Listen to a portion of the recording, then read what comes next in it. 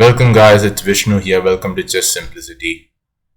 So I recently changed my name of my channel from Collage to Chess Simplicity so that I can fully focus on only chess videos or chess related stuff, which I'll be uploading on YouTube every week.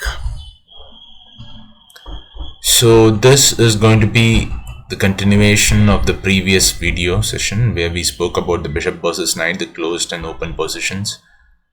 So we will take a look at a few more examples before we end this concept. So I hope you're all doing well and good. So let's directly get into the position. Black is up in material. He's a pawn up. He has this e pawn, which is a pass pawn, and is threatening to capture the a4 pawn in the next move. White has got a king, a knight, and a pawn here. So what should be Black's strategy to win this game? He's got, if he captures his pawn, he gets one more pass pawn, that is the a pawn, return into a pass pawn. And he has a bishop here, which is doing a very good thing by controlling all these dark squares. So what should Black do?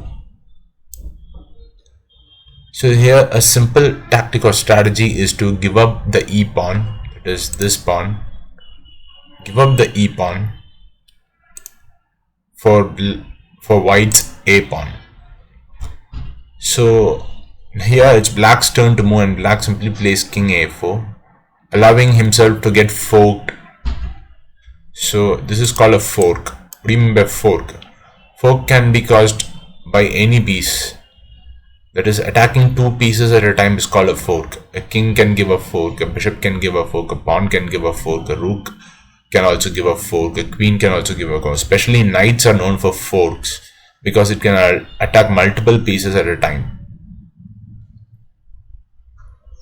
So this square, it attacks these two pieces. So if there was one more piece on b1, for example, and d1, if Black had one, say another two more pieces, say a rook and a bishop here, then it would have been a family fork or a multiple fork. So knight c3 was played. Black king is advancing to b3 because why should you not go to b4 and why should he come to b3? Because b3 is a better move. Why is a better move? Because you're controlling more squares and you're giving it more support in order to push the pawn forward. If you play to b4, had you played, for example, had you played your king to b4 here, then you will not be controlling the a2 square. Now you're getting a chance to control the a2 square because you can support the pawn when it reaches the a2 square. So it is better to play king to b3 than king to b4. So white anyway snatches the pawn which he has got. So again Black is moving forward, king c2. The idea of king c2 is to prevent this prevent the white king from coming anywhere near this pawn. So now all these three squares are under the control of Black. And this bishop is doing a good job by controlling this diagonals. See, all these squares are controlled. So the king has no entry. It has got no entry to come to the a file. It has a long way to go. It has to march like this, like this, like this, like this, and then reach the file. It takes a lot of moves. By that time, this pawn would have reached the a2 square, or perhaps it would have even queened. So king c2 was played. Knight to d6. Idea is to come to c4 square, to c4, so that you can control the a3 square. So Black advances the pawn. He continues with this plan. Knight b5 was played, again controlling the a3 square. a4, king e1. Well, the king does not have any other much moves to play. So even if the king had moved to f3, Black will have played bishop c5 or something like that, or bishop b6 and then bishop to c5 or something like that. Bishop e3 was played, king e2, then bishop c5. So black didn't play his bishop to c5 in one move. This is because he doesn't want white's king on e2 when he is planning to move back his king to support the a pawn moving forward and to drive away this knight. So he wants to keep this king, black wants to keep the white king away from as far away from the a file as possible, so that it takes more time for the king to reach the a file in order to prevent this pawn from queening. So that's why he didn't play bishop c5 in one go. He played a waiting move like bishop e3, king e2, then he played bishop c5. So yeah, after that king e1 once again was played, king b3. Idea is to come to c4, drive the knight away and then push the pawns forward. So king d2 was played, the king is nearing the white's a pawn, king c4, knight c7, a3, king c2. Idea is to come to b1 and then come to a1.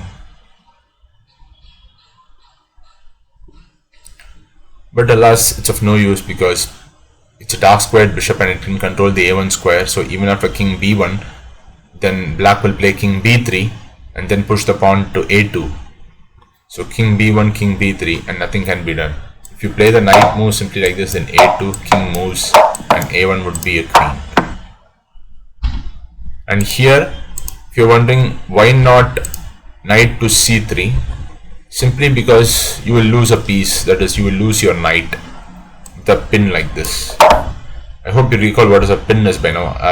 I've explained it I think once or twice in my previous videos. What is a pin exactly?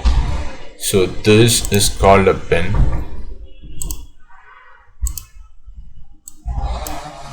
So the knight can never move from this diagonal because it is pinned to the king. If you move the knight, if you try to move the knight, you can see there is a check. So you can't. It's an illegal move if you try to do it. You cannot move the knight and you lose the piece therefore. So if you have king c2, bishop c3, king b1, a3, king a2, king b4, king b1, king b3, and that's it. Black wins.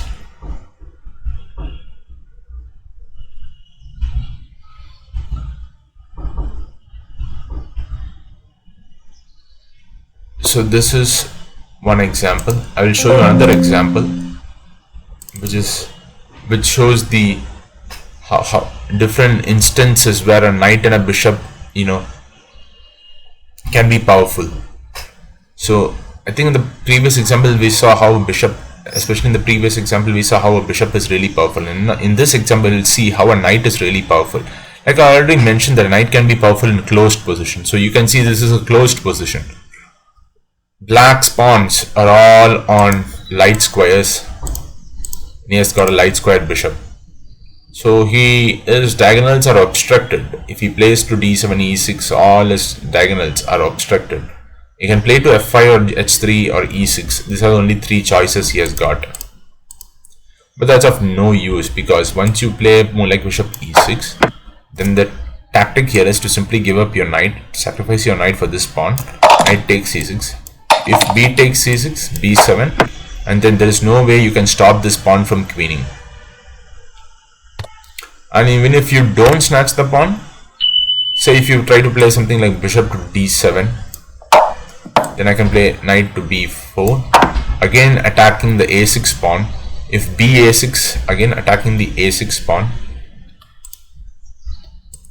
and knight a6, ba6, once again b7. I'm also attacking the d5 pawn.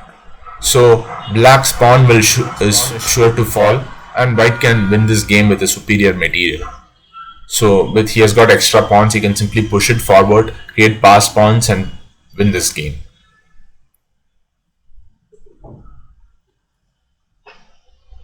So what if white doesn't move the bishop, instead he tries to move the king? Because now you know that if you move the bishop from this position, if you play knight, see, this bishop is actually controlling, this bishop on c8 is actually controlling the b7 square. so that after knight takes c6, b takes c6, white cannot push the pawn forward because this bishop is here. So what if you don't move the bishop and move your king instead? What will happen? Say that now this king is on f6, this king is on f6, so you can move to g7 or e7. Say I move to g7, I move my king to g7. What should white play then? So use your king, guys. The king is also a piece. There's a saying, king is also a piece. So the king gets very active in the end game. So you should march with your king forward. King moves to g5, attacking the h5 pawn here. So you can snatch this pawn. You're already into the black's territory. Push the h pawn forward. The king has to defend the h pawn. Meanwhile, you can go to f6, e7 and d6. Idea is simply to push this pawn forward after snatching it, and then move your king to f6, e6, d6, then sacrifice once again, because after that the king comes to c7 and b7, then it's all hopeless for black. Nothing can be done. He cannot defend this position at all because there are too many pawns on black's way and he cannot control it. His bishop is really passive. It's purely performing the role of a defender and nothing. It doesn't have any active role to do. It's all because of his pawn structure. So, and one more thing which I would like to say, this is called the base of the pawn structure. This pawn you see on d4. So what do you mean by base? It's a plank. It's a point or a base point. It's a point of origin where the pawn structure starts from.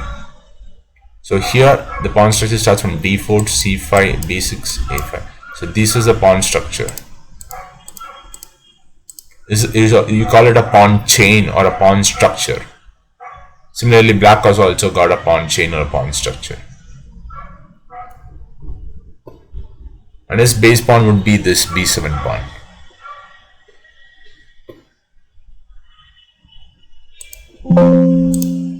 Let's take a look at one more example.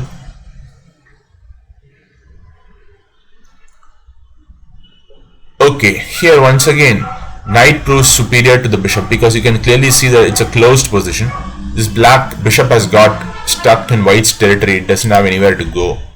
All its squares are under controlled. The white's pawns are blocking its ways. So advantage with the knight is that you can change your color with every move and you can attack the pawns no matter on which color they are. Suppose if white had a bishop here and the bishop could only run on one of these squares, either on light square or either on dark square, whereas that's not the case with the knight. It can move to any colored square. So having a knight in a closed position is really a big advantage for the player who has got a knight. So here we play, it's white to blue and white plays knight to d3. Idea is very simple. To move to f4 or to capture on b4. I think better than capturing on b4, f4 is the correct move.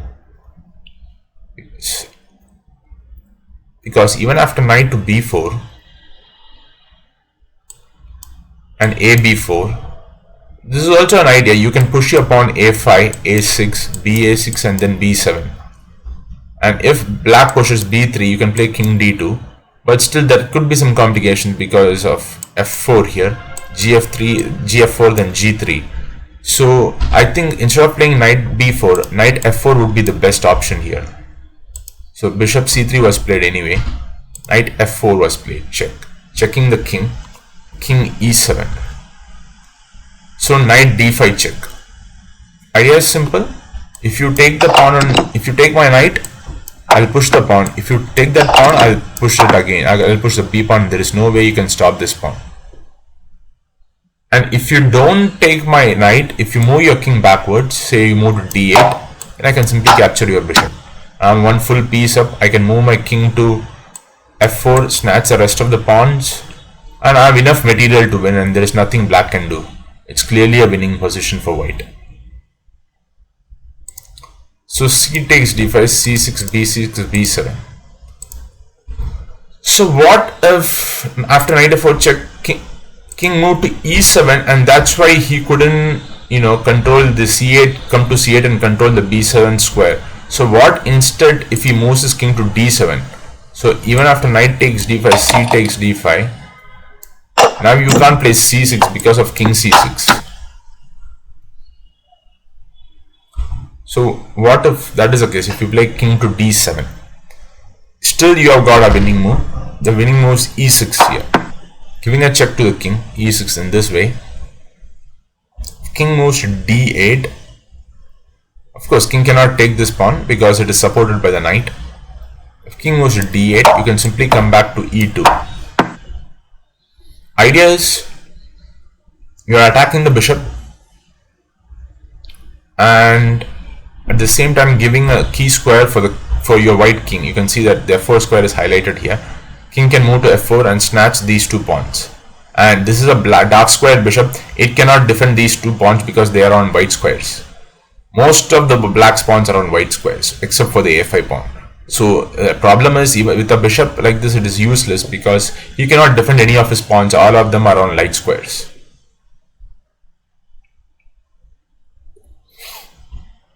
Okay. So after e6 check, king e7, knight d5 check, c d5, c6, and that's it, white wins. Yeah. If after c6, black plays king to d8 instead of taking the pawn on c6, instead of capturing on c6, if moves this king back on, still it's win because you can simply snatch the pawn. Now here, the black king cannot come to c8 and c7, so he cannot prevent this pawn from queening. These squares are under the control. b6 pawn is controlling the c7 square, b7 pawn is controlling the c8 square, so he cannot prevent this pawn from queening.